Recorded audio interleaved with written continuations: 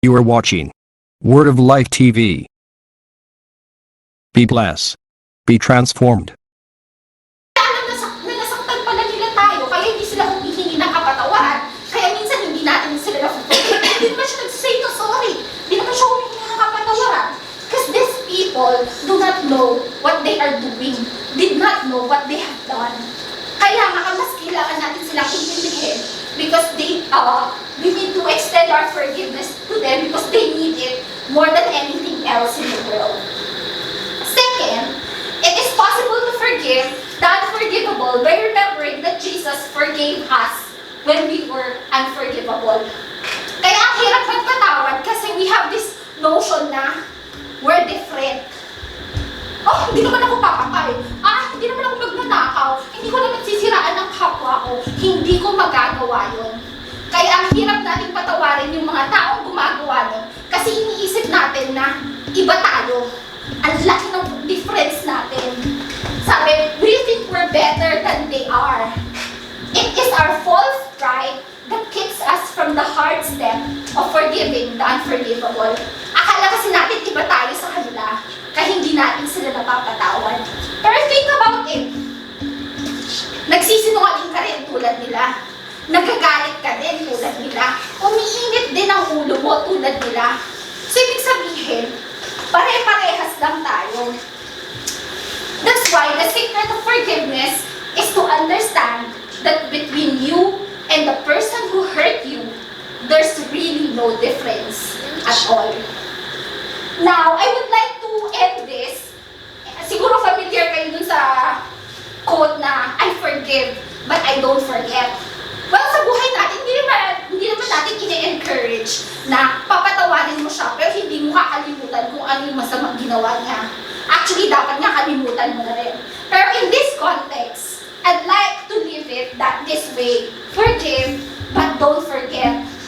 Makakapagpatawad ka at the same time, or kapag hindi mo nakalimutan that Jesus forgave you when you were unforgivable. That's our first word. Actually, may activity po sana that you can opt to do. Sa isang paper, o sabihin na natin sa isang index card, you write the first word. Father, forgive them, for they do not know what they are doing. Activity to sa retreat eh. Then on the left side of the paper or the index card, write down the persons or the things that hurt you most. And on the right side, just write forgiven, forgiven, forgiven. And if we were in a retreat, I encourage you sana kung may bonfire to burn all of this para you forgive and you forget the pain that has someone caused you. But at the same time, you forgive and do not forget that Christ Jesus forgave you at the time that you were unforgivable. Yun lamang po. Ito ang second word of Jesus bago siya namatay. So sabi niya, sumagot si Jesus, sinasabi ko sa iyo, isasama kita ngayong araw na to sa paraiso. Ngayong araw na to sa paraiso. Sa English, Jesus answered him, truly I tell you, today you will be with me in paradise. So isang napakagandang promise ng ating Panginoon Jesus para sa atin. Pero bago natin pag-aralan yan, tignan muna natin kung bakit sinabi ni Jesus yan. So ang ating readings ay magmumula sa Luke 23 verse 39 to 43. Basahin ko sa Tagalog Ginagamit ko dito yung ating Pinoy version na Bible. Ganito. Para mas madaling maunawaan sa mga millennial na kagaya ko. So sabi dito, iniinsulto rin siya ng isang kriminal na nakapako. Di ba ikaw ang Christ? Sabi ng isang kriminal kay Jesus. Iligtas mo ang sarili mo, pati na kami. Verse 40, pero sinuway siya ng kasama niya. Yung kasama niya nasa kanan. Hindi ka ba natatakot sa Diyos? Sabi ng isang kriminal. Pinaparusahan ka din tulad niya. Verse 41, tama lang na parusahan tayo dahil sa mga ginawa natin. Pero walang ginawang masama ang taong ito. Sinasabi niya si Jesus Christ, yung nasa gitnang nakapako. Then, sinabi pa niya, Jesus, huwag mo akong kalimutan pag nagkahari ka na. At sumagot si Jesus, sinasabi ko sa iyo, isasama kita ngayong araw na to sa paraiso. Ito yung second word of the seventh last word bago namatay si Jesus Christ. So pag-aralan natin yung dalawang kriminal. So ito si Jesus nakapako sa krus, mayroong tao dito sa kanan at mayroon dito sa kaliwa. So traditionally, ayon sa aking pag-aaral, napangalanan sila kung sino tong dalawang taong to. Si Barabas Yan, two criminals. Sila ay napangalan si Gestas. Ito yung sinasabing nasa kaliwa ni Jesus.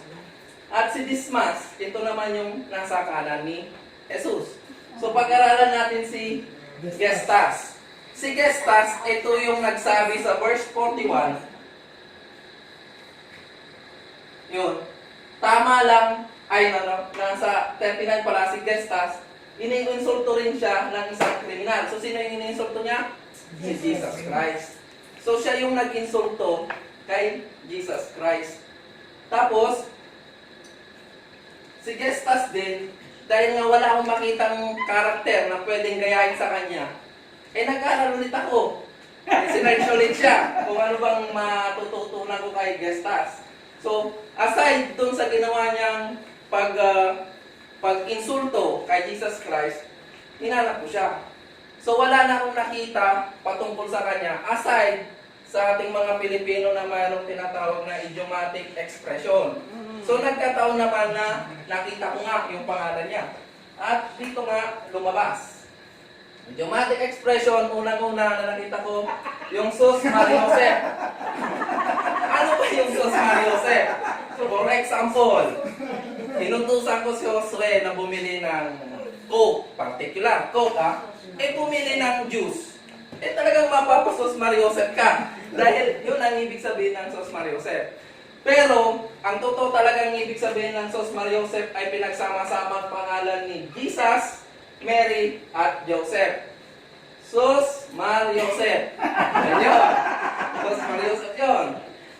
So, dito na ngayon lumabas yung pangalan ni Gestas na aking sinesearch. Pagkatapos lumabas nitong isang idiomatic expression na to, na si Judas Barabas Gestas. Kung dito yung Sus Mariosep, mayroon ka lang punting inis. Dito sa Judas Barabas Gestas, pag sinabi mo yan, idiomatic expression, matindi na yung galit mo. Nahihinis ka na ng sobra-sobra. Kaya naman, tinignan ko, yung Judas, sino ba si Judas? Ito yung nagkanulo kay Jesus Christ. Si Barabas, sino ba to si Barabas? Ito yung ipinalit nila upang mapalaya. Ito yung murderer.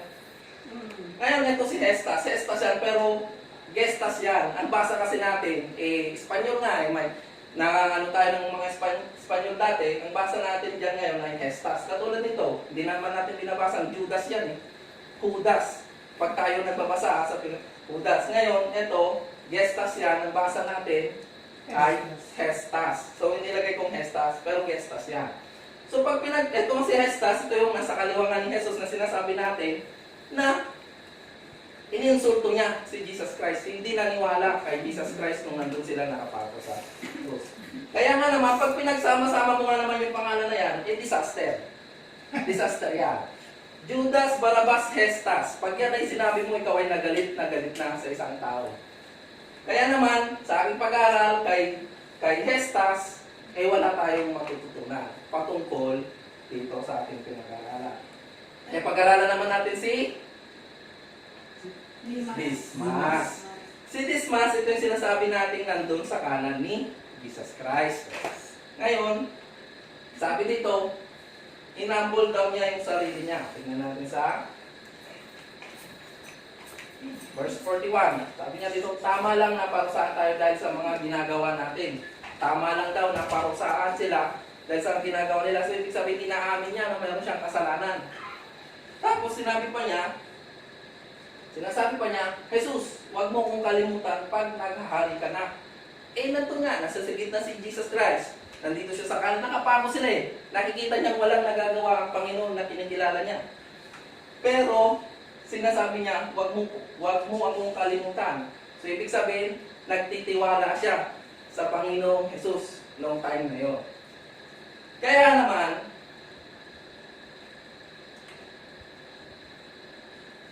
hinampol niya, nagpakumbaba siya na inaamin niya na siya ay makasalanan at naniwala siya kay Jesus noong time na yun. So, sa aking pag-aaral, yung Jesus sa Hebrew word, ito ay Yeshua. Yeshua. Na yung Yeshua naman, ang ibig sabihin sa English ay to deliver, to rescue. So, to rescue, rescuer siya, eh, ikaw ay magliligtas. Tagapagligtas. So, nung panahon na yon si Dismas ay naniwala siya kay Yeshua na ating Savior. Kaya siya ngayon, ganito ang sinabi sa kanya ni Jesus. Sinasabi ko sa iyo, isasama kita ngayong araw na to sa paraiso. Pero sa dalawang karakter natin pinag-aralan, maaring ganun din tayo eh. Maaring katulad din natin si Gestas na ini-ignore natin ang Panginoon, ini-insulto nga natin, hinayaan natin. Maaring ganun din tayo. Pero mas maganda kung gagayahin natin si Dismas. Na aaminin na lang naman natin ang ating mga kasalanan at maniwala tayo kay Jesus na ating tagapagligtas. Kaya naman nasabi ni Jesus yun na ngayong araw na to, isasama kita sa paraiso. Na lumalabas sa aking pag-aaral na ang kaligtasan ay hindi ito sa pagiging religyoso, sa ayon sa iyong mga nagagawang mabuti, pagsunod sa Jewish law, hindi yan. Ang kaligtasan ay dahil lamang sa biyaya ng Panginoong Jesus. Tanging biyaya lamang ng ating Panginoong Jesus. Kaya atin sinasabi na traditionally, yung 7 last word, sinasabi nila yung first word of forgiveness.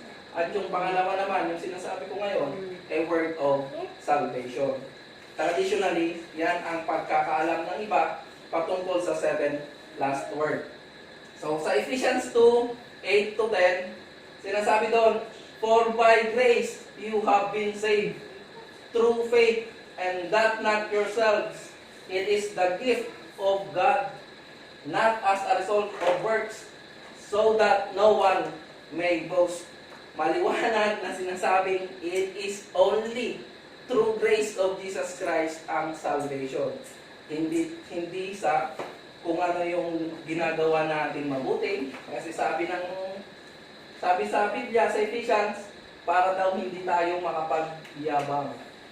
Hindi tayo makapagyabang. At ito'y regalo ng ating Panginoon. Tignan natin si Dismas. Nakapako siya doon kasi makasalanan siya. Karapat dapat ba siyang maligtas? Hindi.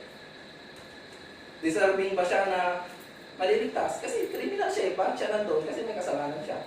Pero at that moment, sinabi ng Panginoon, hindi siya religyoso ang dami niyang nagawang kasalanan.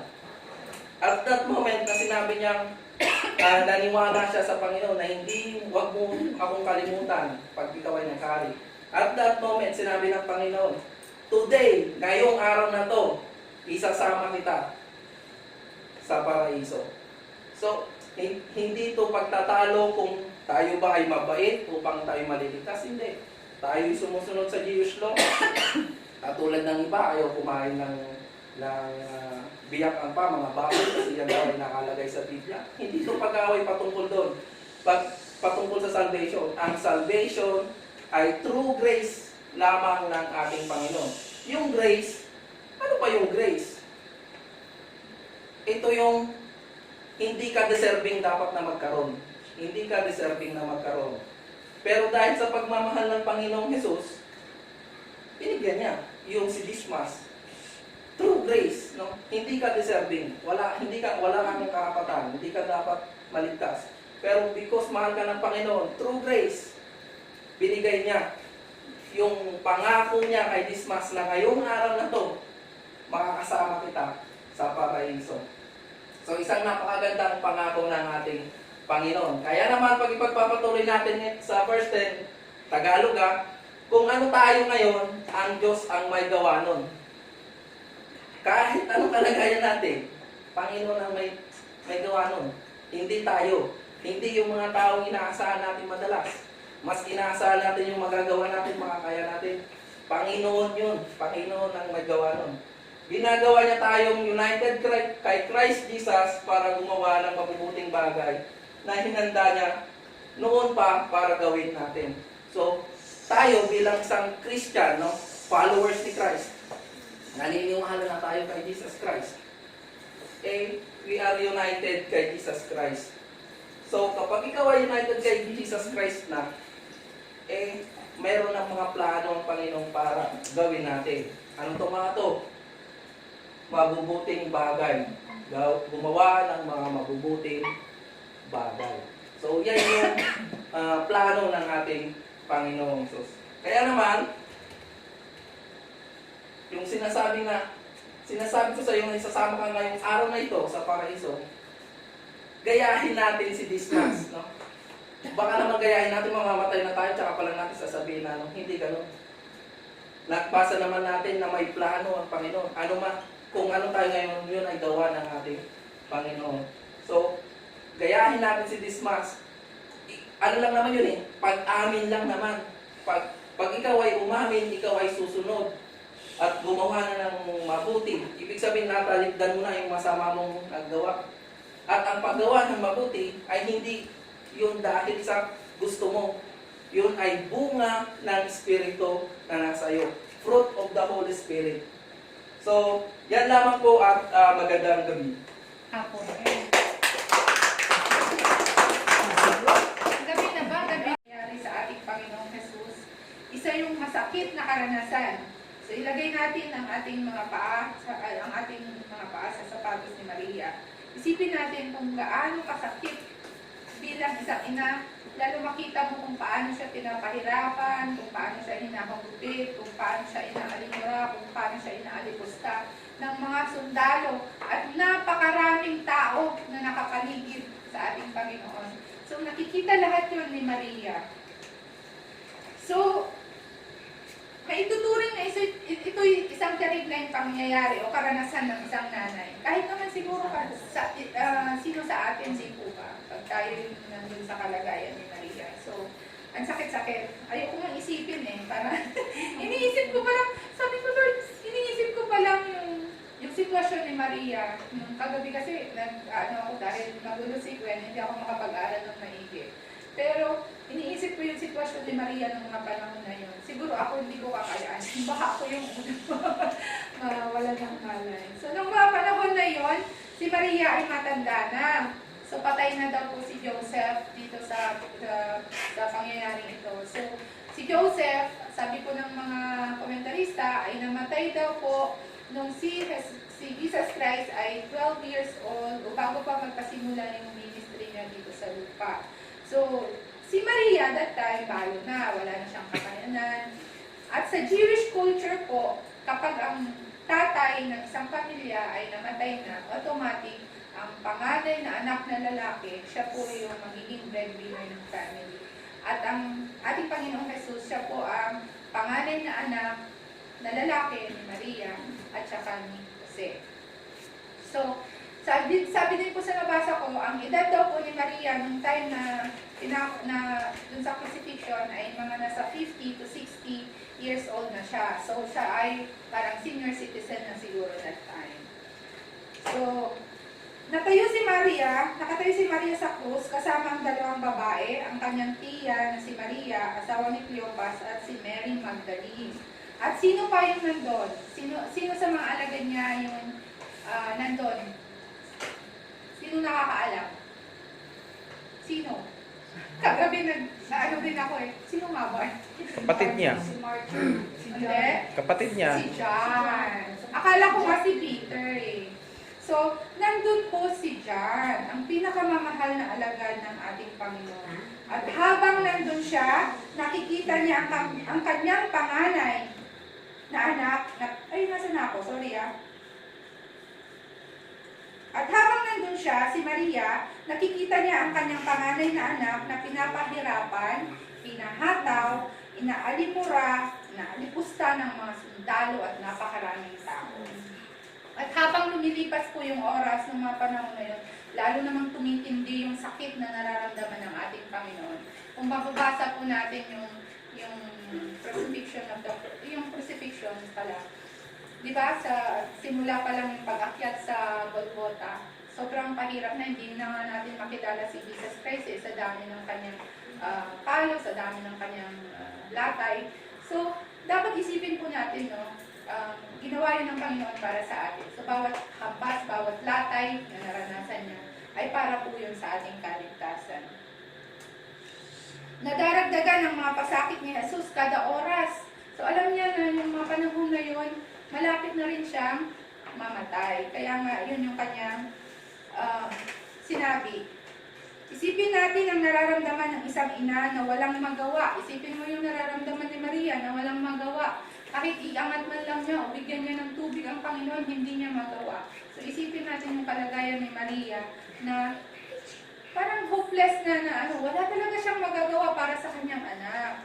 At sa mga oras na iyon, nang makita ni Jesus ang kanyang ina at minamahal na alagad, kanyang sinabi, dun po sa verse 26 and 27, sabi, "Ginang, narito ang iyong anak," at sinabi sa alagad, "Narito ang iyong ina." Maaring hindi natin maintindihan kung ano ang ibig sabihin ng ating Panginoon dun sa kanyang sinabi na, "Ginang, narito ang iyong anak." Nung nakaraang taon, umattend kami ng 7 Last Words dito sa Prime Christian Community, sa baba pa sila nun. Naalala ko si nanay yung nag-share nung third word na to. At naalala ko din sa sinabi ni nanay, pakiramdam ba natin dun sa sinabi niya, "Ginang, narito ang iyong," parang kawalan daw ba to ng respeto? Kasi mas ginusto ko pong gamitin yung salitang ginang kaysa dun sa ibang version ko kasi ginamit din yung salitang babae. So, kung naman no, bakit nga ganun ang ang tawag niya, ginang o babae? So, sa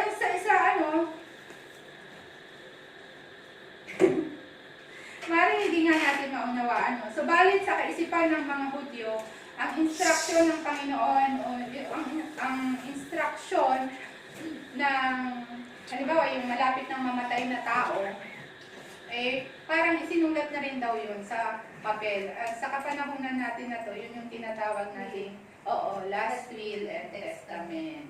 So, ang ating Panginoon, nung nagsabi, parang ito na yung last will and testament niya yung sinasabi niya sa krus, habang siya ay nakapako. So, maihahalin tulad na isang pangungusap daw yun na parang ginawa na ang kasulatan, last will and testament. So, sabi ng, yung last will and testament sa kapanahunan natin na to ay nagkakaroon siya ng visa after mamatay nung yung nagsalita o yung nagbigay ng kabilin, tagubilin, ganon. Sabi ni Pastor Peter Tanchi, napanood ko kanina, may sinansakan si William. Yung last words daw ng taong mamamatay na, it reveals kung ano yung nasa puso niya. So, ang Panginoon, nung time na yun, dun sa 7 last words niya, nire-reveal niya kung ano yung laman ng puso ng ating Panginoon. At ito ay ang mga importanteng tagubilin ng ating Panginoon para sa atin. So, ang testamento ni Jesus habang nakabayubay sa krus ay sinasabi din na salita daw yun ng isang pamilyadong tao. Kasi nga, sabi ko kanina, sa Jewish culture, kahit naman sa atin, di ba, sa mga Pinoy, di ba, na parang nakagawian na rin natin na kapag namatay yung tatay o yung magulang, automatic, hindi nga lang pangalan na lalaki, kung pangalan ng babae, doon na pupunta yung responsibility.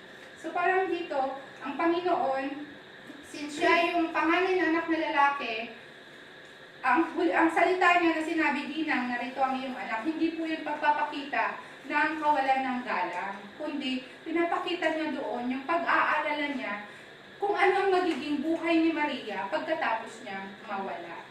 So tama yung sinabi ni Ate Sharon kanina. Sabi niya, si John yung na-idol. So bakit kaya si John? Asan kaya yung ibang mga disipulo ng ating Panginoon? Nung time na yun, asan kaya sila? naisip nyo ba, nasan sila? Yung mga ibang disipulo. Abay, magtatapatan tayo mga kapatid kung kayo yung nasa kalagayan ng mga disipulo that time.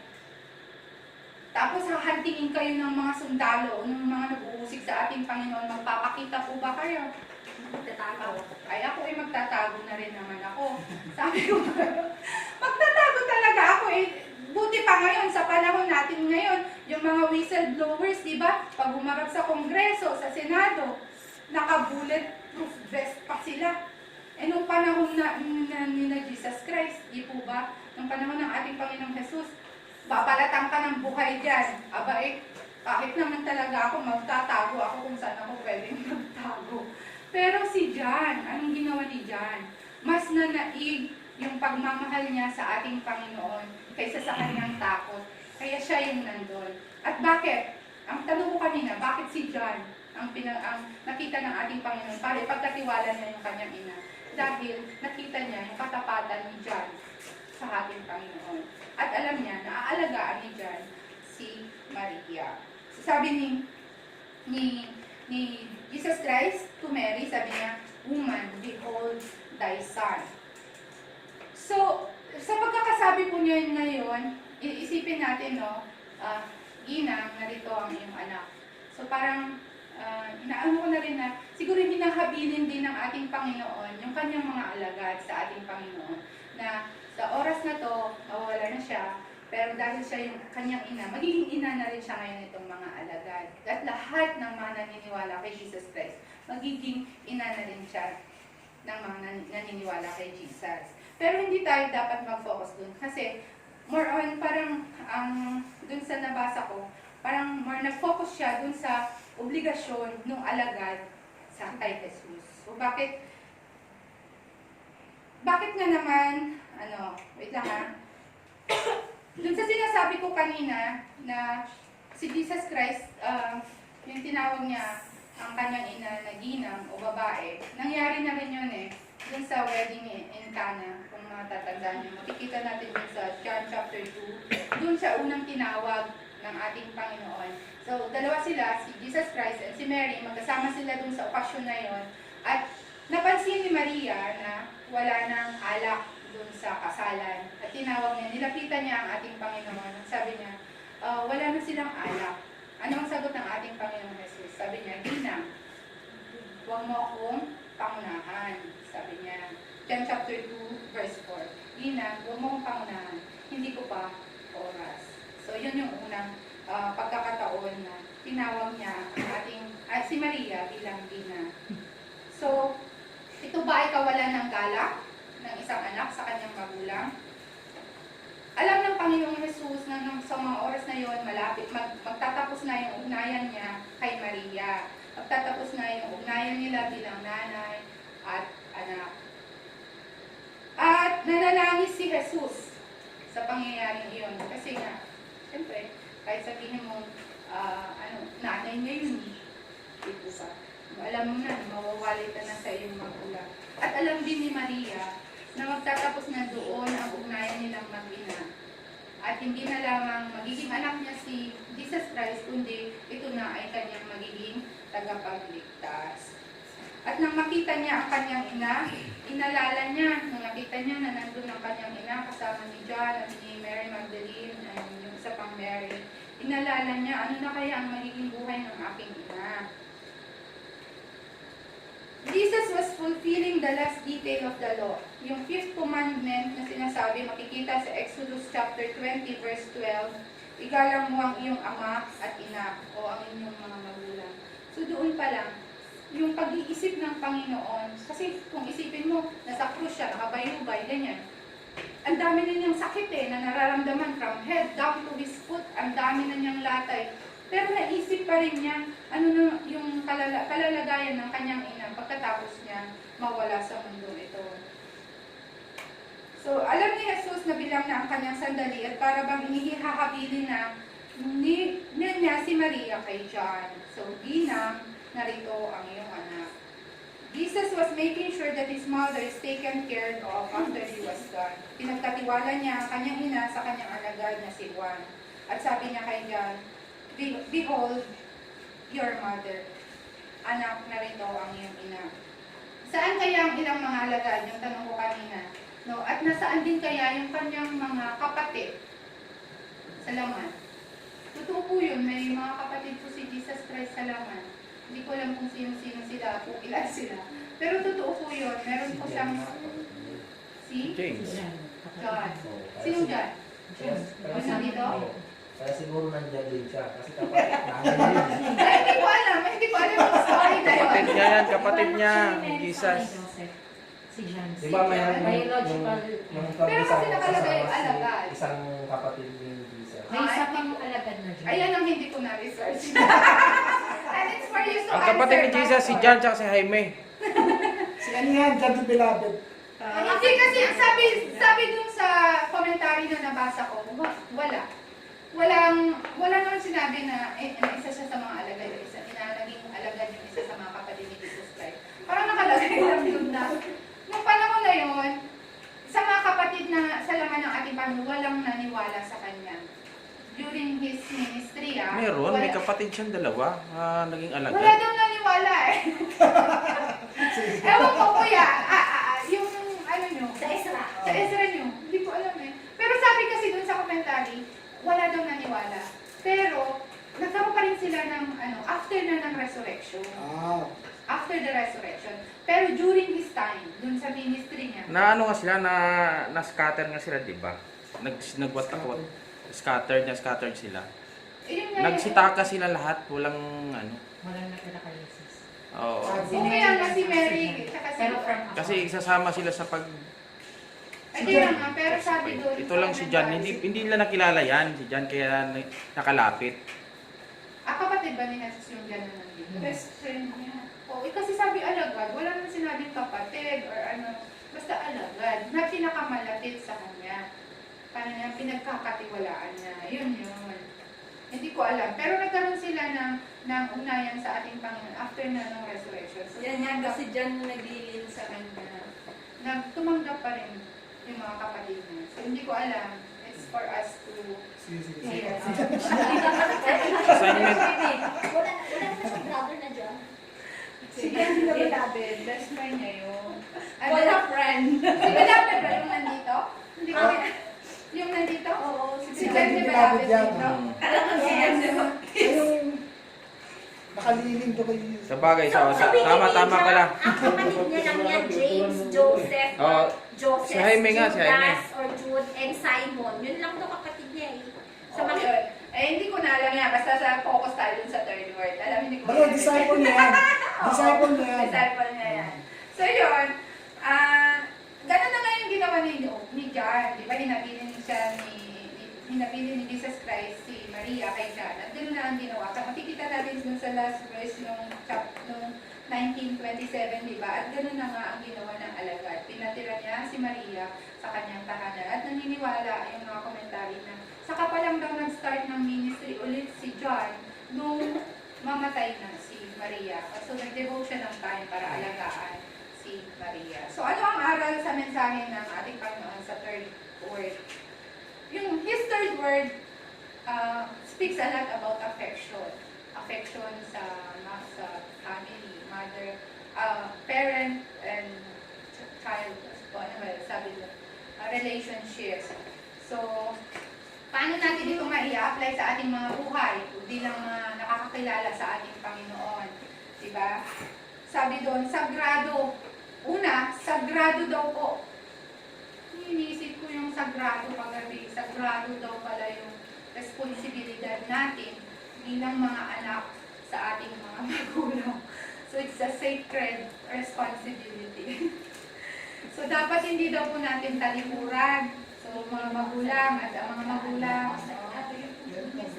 dapat daw hindi namin talikuran ang mga responsibilidad natin sa ating mga magulang. So, sino kaya ang kakalinga sa kanila pag tanda nila or pag tayo may mga kanya-kanya? Si MM. Ang Panginoong Jesus nag-set siya ng example para sa atin, para gayahin natin. So, kayo, mga anak, Jem, Oswe, Gwen, sino pa, MN, invest na, may story kasi doon na pinicturean niya yung kanyang nanay, post niya sa Facebook, alam na ng lahat ng mga friends niya sa Facebook, ng mga kapitbahay niya, na mahal niya ang nanay niya kasi nakalagay, I love my mother. Tapos picture, selfie sila. Ang kahuli-huli lang nakaalam na mahal siya. Ay, yung nanay. Dahil hindi naman nagpa-Facebook yung nanay. At hindi naman yung sinasabi sa nanay o sa magulang. Halimbawa, nanay, magulang na lang kasi siyempre mother, father. So, kailangan pag sinabi natin mahal natin sila, ipakita natin daw ito sa ating mga action. Hindi sumasang-ayon si Joshua yata. Yung wala. Pakita. So, invest na mag-spend tayo ng time sa social media, sa Facebook, sa mga barkada, sa kati-TikTok, o sa kaka-Instagram, o kahit na anong nag-aagaw ng attention. Dapat bigyan din natin ng halaga ang ating mga magulang daw. That was the example that Jesus has set doon sa cross para sa atin. So, ganon din naman sa mga magulang. Sagrado din daw ang tungkulin daw natin, yung tungkulin natin ng may pagmamahal sa ating mga anak. So, inang narito ang iyong anak, anak narito ang iyong ina. Hindi daw ito isang hamon. Hindi dito isang paanyaya o invitation. Kundi ito ay isang paghahabilin na puno ng pagtitiwala sa atin na mapangalagaan natin ang relasyon natin sa ating pamilya o ang pamilya. So, ang tanong ko, bakit kaya siya nasabi ni Jesus? Totoo ba na pinabayaan niya siya ng Panginoon? At pangatlo, bakit kaya Diyos ko, hindi ama ko, o Father? Kasi pag nananalangin siya, di ba, ina-address niya ang Diyos bilang kanyang ama. Dahil Son of God nga siya eh. So bakit Diyos ko? Tinanong ko rin kay Dee, bakit nga ba Diyos ko? Bakit hindi Father? Dahil hindi niya rin ako masagot, nag-research na ako ng tungkol dito sa verse na to. So, ito yung pinanggalingan ng verse ko. So, Matthew 27, 45 to 46. So, ang version ko rin pinag. So, mula alas 12 ng tanghali hanggang 3 p.m., nagdilim ang buong lupain. Bago mag 3 p.m., sumugaw si Jesus ng malakas, Eli, Eli, lema sabachthani. Ibig sabihin, Diyos ko, bakit mo ako pinabayaan? So, kung papansinin natin, nandyan yung Diyos ko, bakit Diyos ko? Yun yung tanong ko eh. Tapos, ang isang pang tanong, pangapat na, question ba siya ni Jesus para sa Panginoon? Tinanong ko rin yung sarili ko, kung tanong siya ni Jesus, di ba si Jesus ang Diyos? At alam niya na kung ano yung mangyayari sa kanya. Kasi prior to this, ipinanalangin niya na kung ano yung kalooban ng Panginoon sa kanya. Kung matatandaan niyo yung senaryo sa Mount Gethsemane, katatlong beses niya ipinalangin ang sarili niya sa Panginoon. Na kung ito ang inilalaan mo para sa akin, kung ito ang kaloob mo, let your will be done. Sinabi niya yun. So, yun yung mga tanong ko. So, sa pag-research ko, sabi ng mga theologians, Bible scholars, kinote daw ni Jesus, ang Diyos ko, bakit mo pinabayaan? Binalik niya sa Psalm 20. Dahil alalahanin natin, si Jesus ang salita. So, alam natin na after Old Testament, ilang taon na nanahimik ang Diyos until dumating si Jesus Christ sa atin. So, sabi sa Psalm 22, yung verse 1, my God, why have you forsaken me? Ito yung dasal ni David. At dito din, makikita natin sa Psalm 22 na ito, makikita natin yung prophecy o Psalm prophecy na tinatawag ng mga Bible scholars nang nangyari kay Jesus. Nasa verse 16, they pierce my hands and my feet, all my bones are on display. People stare and look over me. They divide my clothes among them and cast lots for my garment. So makita natin na sa Psalm pa lang, alam na, nandun na yung prophecy nila na mangyayari ito kay Jesus.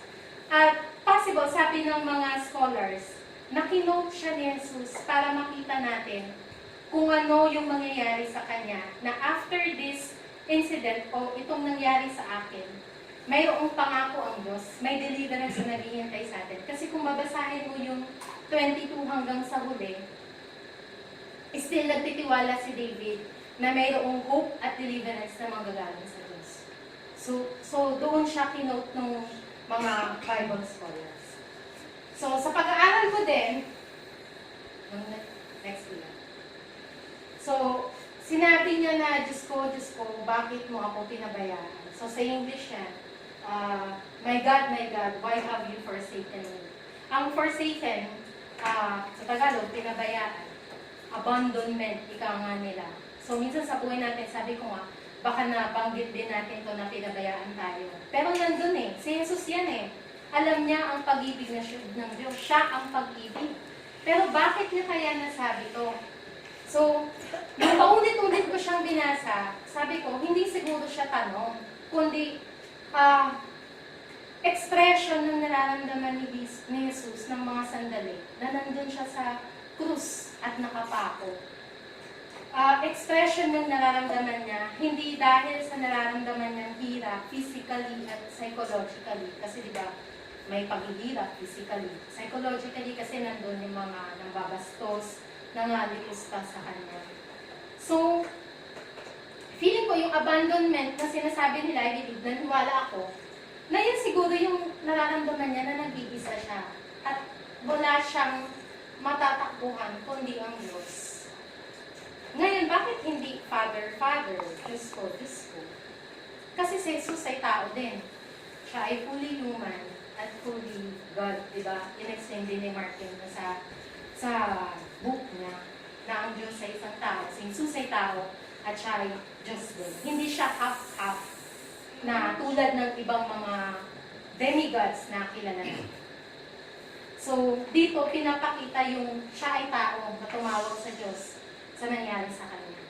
Abandonment na nararamdaman niya ng kalungkutan o masigit pa sa kalungkutan. Kasi nag-iisa na siya dyan eh. Kahit ang ina niya mismo na si Mary, hindi makalapit sa kanya. From afar lang sila nakatingin sa kanya. Sabi natin God, hindi siya malapitan. So, higit pa siguro sa kalungkutan ng pag-iisa ang nararamdaman niya kung bakit niya nasabi na pinabayaan siya. Pero ang tanong, pinabayaan nga ba talaga siya ng Diyos? So, next week. Next one. So, dito sa 1 Peter, chapter 2, verse 24. So, pinasal ni Christ dun sa krus ang mga kasalanan natin para makalaya tayo sa kasalanan at mamuhay tayo na ginagawa kung ano ang tama. So, sabi dyan, pinasal ni Jesus ang kasalanan natin. Nagpapako siya sa krus dahil sa atin. Namatay siya ng dahil sa atin. Pero bakit? Ano bang ginawa natin? Dahil sa kasalanan ng tao. At sabi, di ba, next ko yan.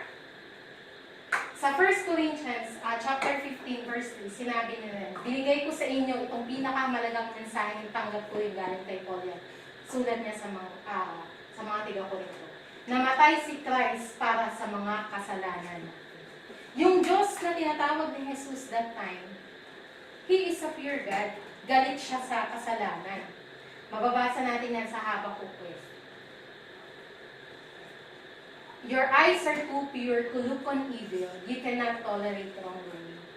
So, sa paniniwala ko, yun siguro yung nararamdaman ni Jesus. Because He bore our sins, nandun yung, di ba, ang kasalanan ang naghihiwalay sa atin sa Panginoon. So, nandun yung separation niya from God eh. Nandun yung abandonment na nararamdaman niya sa sarili niya. Kaya niya nasabi na, bakit mo ako pinabayaan? Dahil ang Diyos ay hindi niya niloloob ang kasalanan. Ito ang magpapahiwalay sa atin. Pero dahil nga siya ay namatay at tayo dahil sa ating mga kasalanan. Next kuya.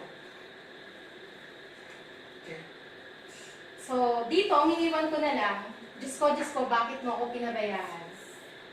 So, siguro, hati-hatiin ko na lang siya. So, yung realization ko after, kung mabasa lahat ng mga sinabi ng theologians, sa Diyos ko, sa panalangin niyang to, nandun na nanalangin pa rin siya sa Diyos sa kabila ng nararanasan niya, ni Jesus.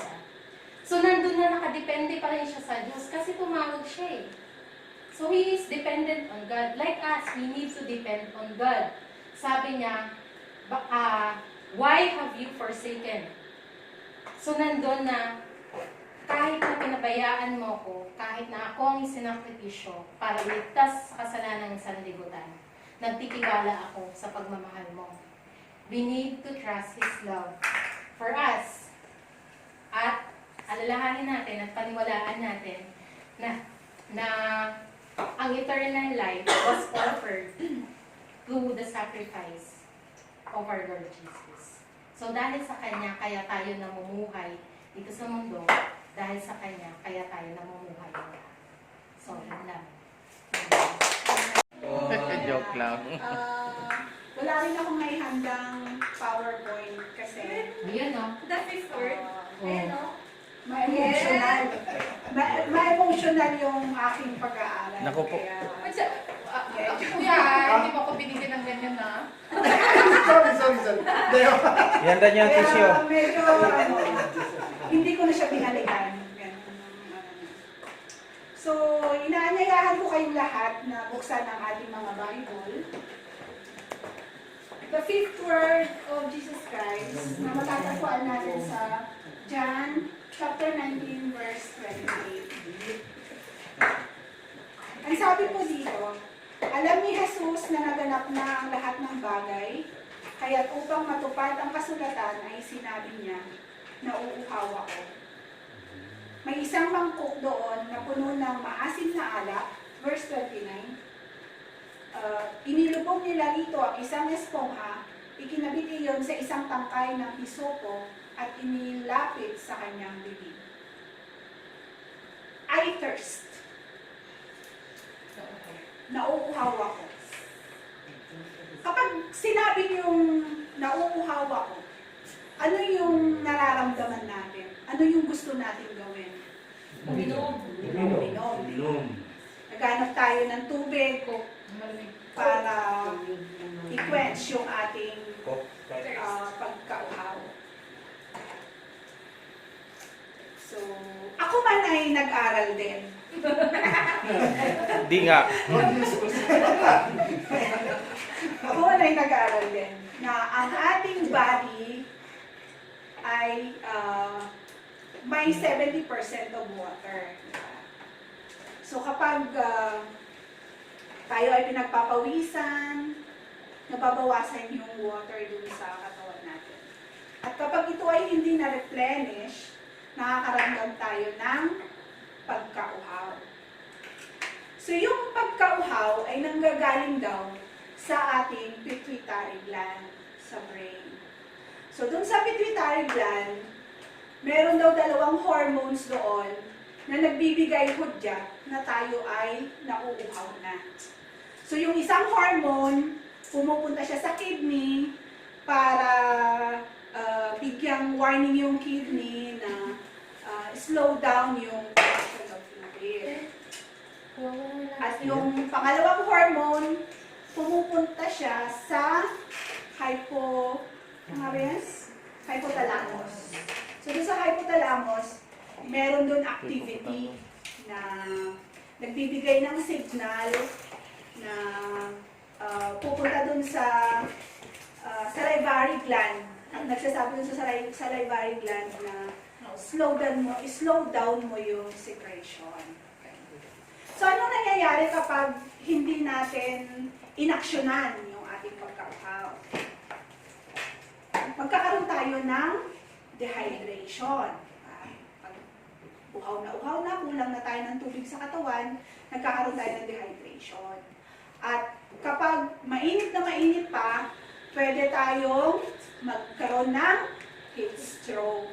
At yun na yung signal na yung ating katawan magsha-shutdown na at pwede yung ikamatay. Yun. I thirst. Base pa rin sa aking pag-aaral, si Jesus ay naglakad ng 2.5 oras na carry ang tawag doon? Pasan niya yung mabigat na cross sa kalagitnaang tapat ng tanghali. So imagine nyo yun na napakainit. Tapos may pasan-pasan na mabigat na cross. tapos wala siyang iniinom. O paano dumadating sa kanya yung pagkauhaw. Balikan natin yung kwento. Balikan natin yung kwento na yung paghihirap ng ating Panginoon.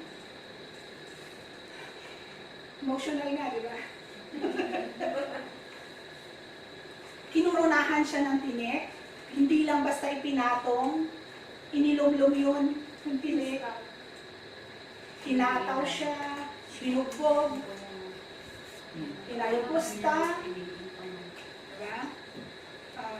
Dinuraan, hinugaran, lahat na nang pwedeng gawin nila sa kanya, ginawa na.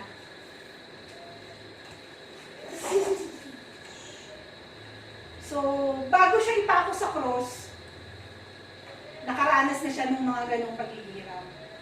At nung siya ay ipinako, umabot siya ng 6 na oras sa pagkakapako. At doon niya na-sense, doon niya nalaman, naramdaman na naganap na, tapos na. Ganun. So bago natapos yon, humingi siya ng, nagsabi siya na nauuhaw ako. So yung isang sundalo doon, yung isang bantay, kumuha siya ng espongha, sabi nila espongha, tapos inilog-log yun sa vinegar wine vinegar. Oh, vinegar. Ganon. Tapos inilagay doon sa dulo ng hisopo at inilapit doon sa kanyang bibig. So ang sabi doon kung saan nabasa ko na bago yung crucifixion, inalukan siya ng bitter wine. Inalukan siya ng alak na may nakahalong apdo. Ganon. Pero nung natikman ng ating Panginoong Hesus yun, hindi niya ininom. Kasi ang sabi nila, yung alak daw na hinaluan ng apdo ay meron siyang intoxicant. Pwede siyang, ginagamit daw yun para pamanhirin yung katawan para hindi mo gaano maramdaman yung sakit ng katawan. Yun yung sinabi ko nila. At tinanggihan po yun ng ating Panginoong Hesus. Kasi, para maganap yung scripture, diba? Na magdurusa siya, tatanggapin niya yung ganung pagdurusa, pagdadaanan niya ang lahat lang yun, para maganap yung sinasabi ng scripture. So, nung naganap na, humingi na siya ng tubig na iinumin niya. At yun na nga yung suka, yung vinegar wine. Tapos nung nasipsip niya, konti, tapos okay na. Naganap na. Pero ano ba yung sinasabing pagkauhaw dito? Tinanong ko kayo una kanina, ang pagkauhaw, water. Diba? Yun na yung unang-unang papasok sa isip natin eh, water. Pero pwede rin tayong mauhaw sa pagmamahal. Pwede tayong mauhaw sa mga bagay-bagay na wala tayo, di ba? Dami niyo ng boto sa bahay niyo. Yeah, maraming ibig sabihin ng pagkauhaw. So, ano nga ba ang ibig sabihin ng kanyang salitang nauuhaw ako? What was Jesus thirsting for? Diba?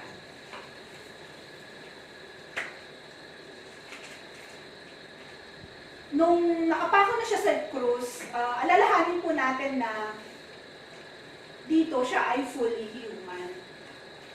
Nararamdaman niya lahat yung nararamdaman ng isang tao.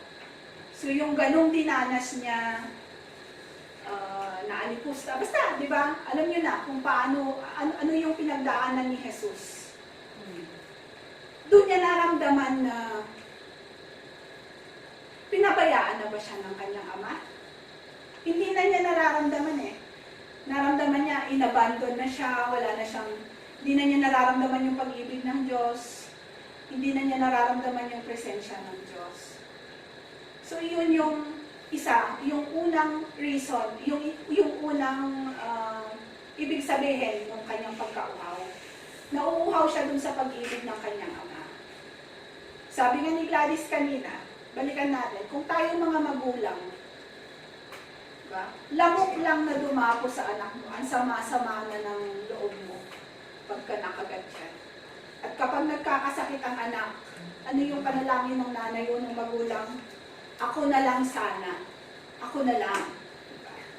So dito, nung inaaral ko siya, sabi ko, ganun pala, di ba? Napakadaling sabihin na mahal tayo ng Diyos. Napakadaling sabihin na mahal tayo ni Jesus. Ibinigay niya ang kanyang buhay. Pero ito siguro yung reason kung bakit natin inaalala yung kanyang kamatayan. Kasi doon natin nararamdaman lalo yung hirap, yung kapalit ng kasalanan natin. Kung bakit tayo ngayon ay nagtatamasa ng biyaya na galing sa ating Panginoon. Bakit natin ngayon natatamasa yung pag-ibig na nanggagaling kay Kristo? Diba? Kasi, nung time na yon, sabi nga, diba, ang layo niya doon kay Mary. Nakikita lang niya yung mga tao na kumukot siya sa kanya, yung mga umaalipusta sa kanya, yung mga bumabato sa kanya, yung mga nananakit sa kanya. Yun lang yung nakikita niya eh. Tapos hindi niya mahanap kung nasaan yung ama niya. Yung ama niya na dapat nagliligtas sa kanya. Diyos siya eh. Diyos siya. Meron siyang kapangyarihan na ipatigil dapat lahat yun. Pero hindi yun ang nangyari. Kasi yun ang sinasabi ng scripture na kailangan niyang pagdaanan ngayon. So, sa hapon po ito, mga kapatid ko kay Kristo, kapamilya ko kay Kristo, huwag sana natin sayangin yung hirap, yung kabayaran, kung paano tayo tinubos ng ating Panginoon. Huwag sana natin sayangin yung sakripisyo na ginawa ng ating Panginoong Jesus. Pangalawa, uhaw siya sa pagmamahal natin. Aminin man natin o hindi, may mga times na taken for granted yung pagmamahal niya sa atin. Minsan, sinasantabi lang muna. Tapos, minsan, busy tayo sa mga iba't ibang bagay, hindi natin siya nauuna. Ang Panginoong Diyos, uhaw siya sa atin, uhaw siya sa pagmamahal natin. Kasi ang hinahanap ng ating Panginoong Jesus sa atin, yung genuine, yung intimate relationship